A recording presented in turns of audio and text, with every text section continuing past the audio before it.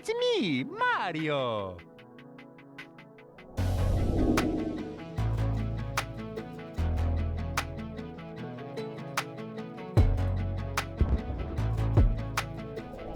Thomas here with Much Props, going to give you another how-to video. Today I am building something relatively simple.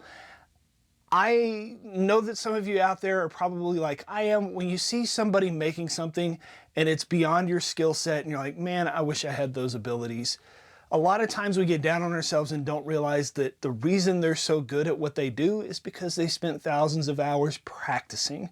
So I thought, why not make an entry-level build, take you maybe an hour or two to piece together, and it should be something that'll help you like practice cutting and gluing and painting and all those things. So that's what we're going to do.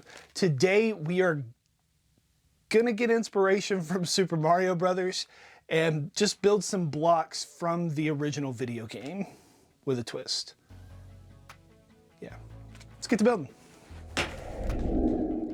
Let's start out with a big old chunk of foam. I'm making this base using some 24mm EVA. If you can't find this thick stuff, that's fine. Try it with the thickness you have access to, or stack up layers to get to this thickness, or use a completely different material altogether. That pink insulation foam would be a great solution for a project like this. Or even try cardboard or something else. Be adventurous. I mark out some measurements so that I have a 6" by 6" block. I mark one side of my material, go down to the other side, and then mark that same measurement again, then connect it with a ruler. Then I rotate my material 90 degrees, repeat those same steps, and I should end up with a relatively close to perfect square. My ruler has a thick back on it, so I'm going to use this with my super sharp box cutter to pull through the foam, making sure to rest my blade against that flat surface to keep it perpendicular with the surface of the foam. If you mess up, sand it level or try it again.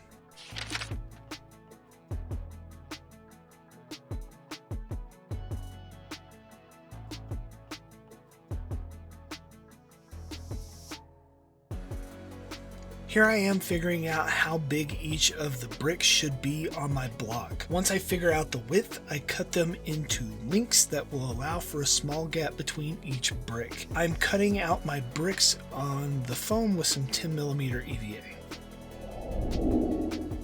Now I have these small bricks all cut out. I'm going to round them over with my rotary tool. The first passes will be with the sanding drum. This is to get the bulk of the material out of the way. If you want to smooth over those marks, switch over to a stone bit on your rotary tool and then make another pass. Really focus on making even passes and pulls across the edge. Also keep in mind that you should move with the rotation of the rotary tool drum. If you go against it, it'll dig into the foam and cause inconsistencies. Once the edge is how I want it, I heat up the foam with a heat gun, crumble up some foil, and then push that into the foam to add a texture. Holding it onto the foam as it cools will leave a deeper recess impression on the foam. Foam's really cool about accepting the pressure and causing different textures with similar materials. Or you could try pushing other things onto heated foam and see how the results are.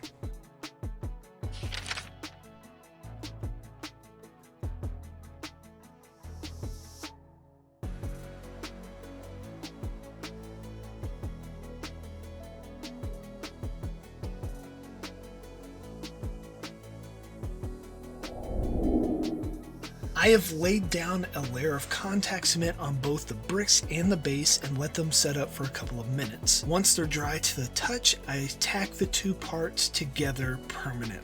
You want to make sure to line them up and put them exactly where you want them, because once they touch, they're there. You could use super glue or hot glue instead of contact cement if you wanted to. All glues have various pros and cons to them. Try them all out. See which method of adhesive you prefer. It may change based on the materials you're using or the circumstances that your project may require.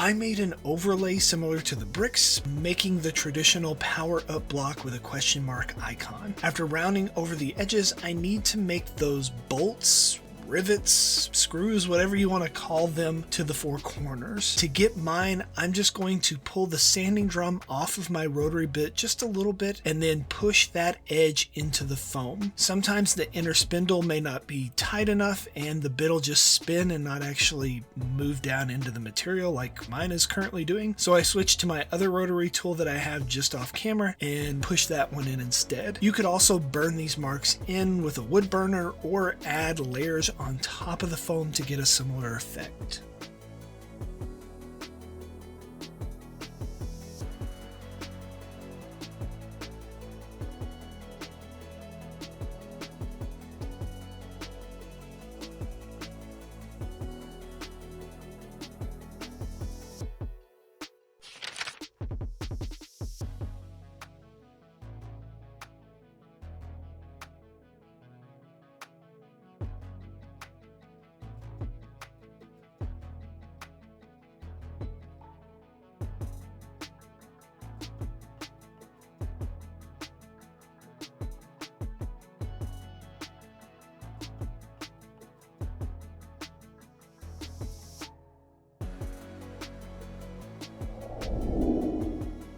To add an unnecessary non-cannon bit to my blocks, I'm going to turn those bolts into Phillips head screws instead. My blocks are going to be a little more gritty than the actual game, and I thought it was a nice personal spin on this build. It also gives me the ability to practice some burning in of details with a wood burner. Make sure to wear a respirator and work in a well-ventilated area while sanding or burning EVA foam. You don't want to breathe in the particles or the fumes. Neither are good for your lungs. And it's hard to explain to people why you sneeze different colors than green.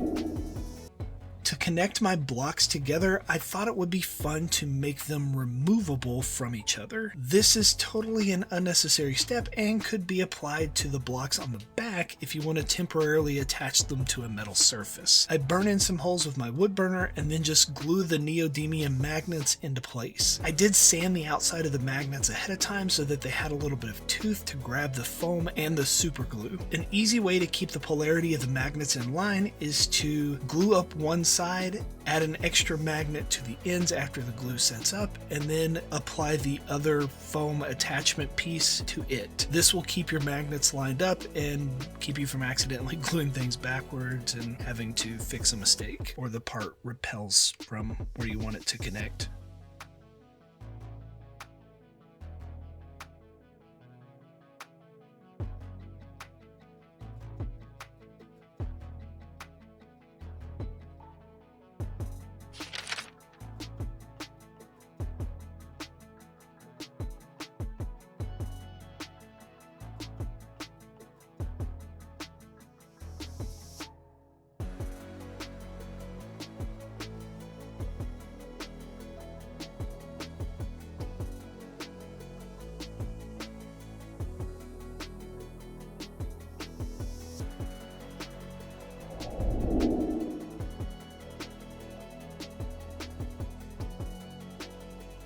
Two coats of Plasti Dip.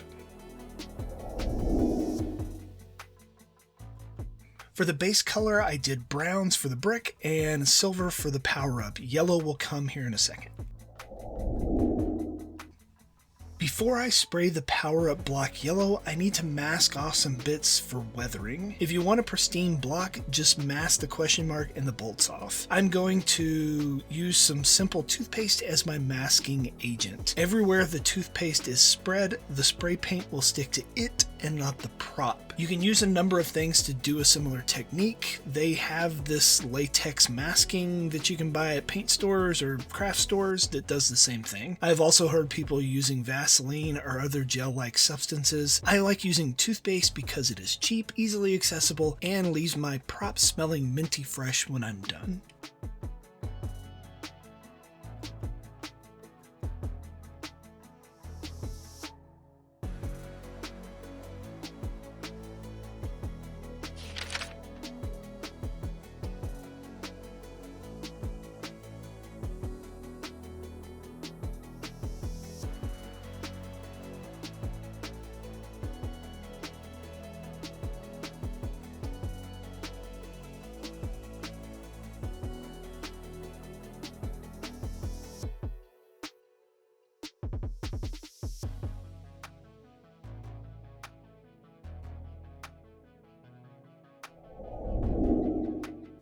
You can see the difference in the texture of the paint. The darker bits are where that toothpaste was spread. I peel back the masking tape on my question mark, and then with a toothbrush and some water, I scrub off the toothpaste. I like using one of those cheap mechanical toothbrushes that vibrates with the click of a button. It makes quick work of removing the paste. You could also just wash it underneath the sink to reveal a nice dimensional chipping of the paint. You could also build up layers of this with different colors to give a painted on, weathered, painted, reapplied. You could build up some layers and make it really cool.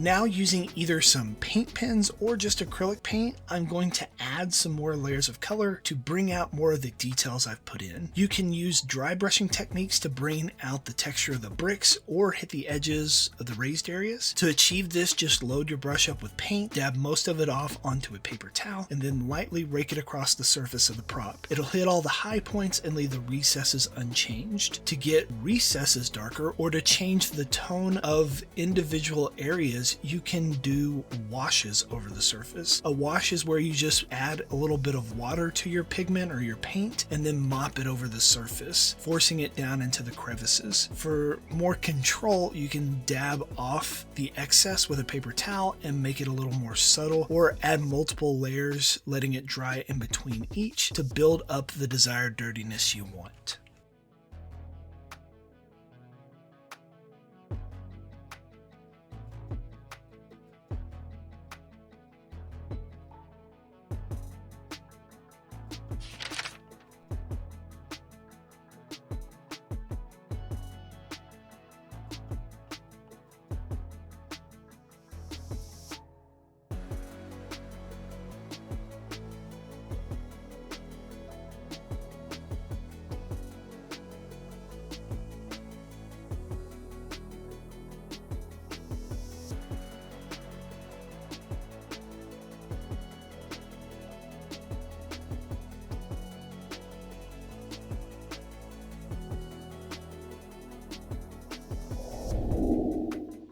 Now, I didn't show this, but as I've been working on the blocks, I've actually been doing the backside as well. The front has the actual texture that I built into the bricks with the foil. On the back, I did an implied texture by painting those crumbled up pieces of foil I used earlier and stamping them onto the surface. On one of the blocks, I thought it would be fun to add a character from the game. I decided to put the skeleton version of the Koopas known as Dry Bones. Using some acrylic white and black paint, I lay out the basic shape, then add shading by mixing those two colors together for various grayscale. It's a slow build up. Keep in mind this video clip is sped up about 9 times its actual speed. A big flat surface on the back of a prop is a great place to practice your painting skills. If it sucks, paint over it, or just display the prop where it faces towards the wall.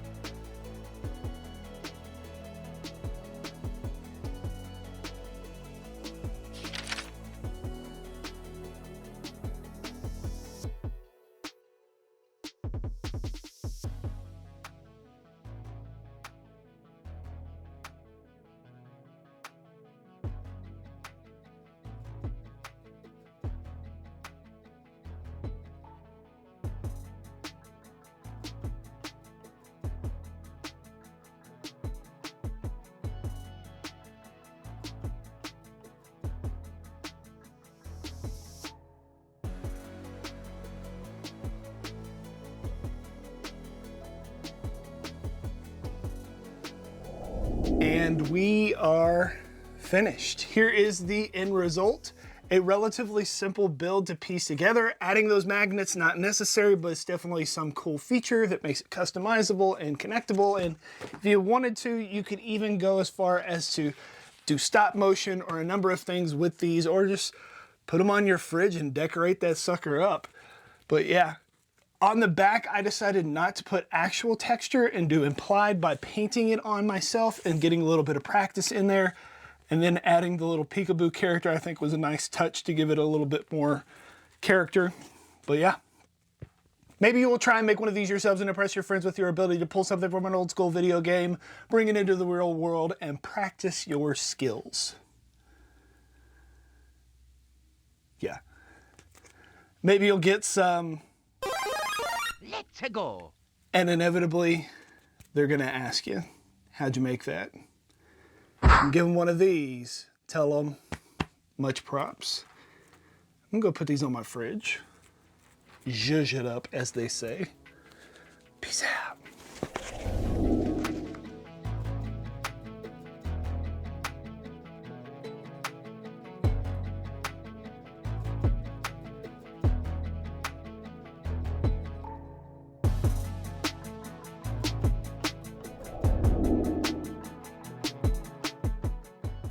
If you enjoy what I do here on YouTube and want to see more builds like this one, please consider joining these awesome people listed here with me over on my Patreon to build a bigger, better, more creative community together.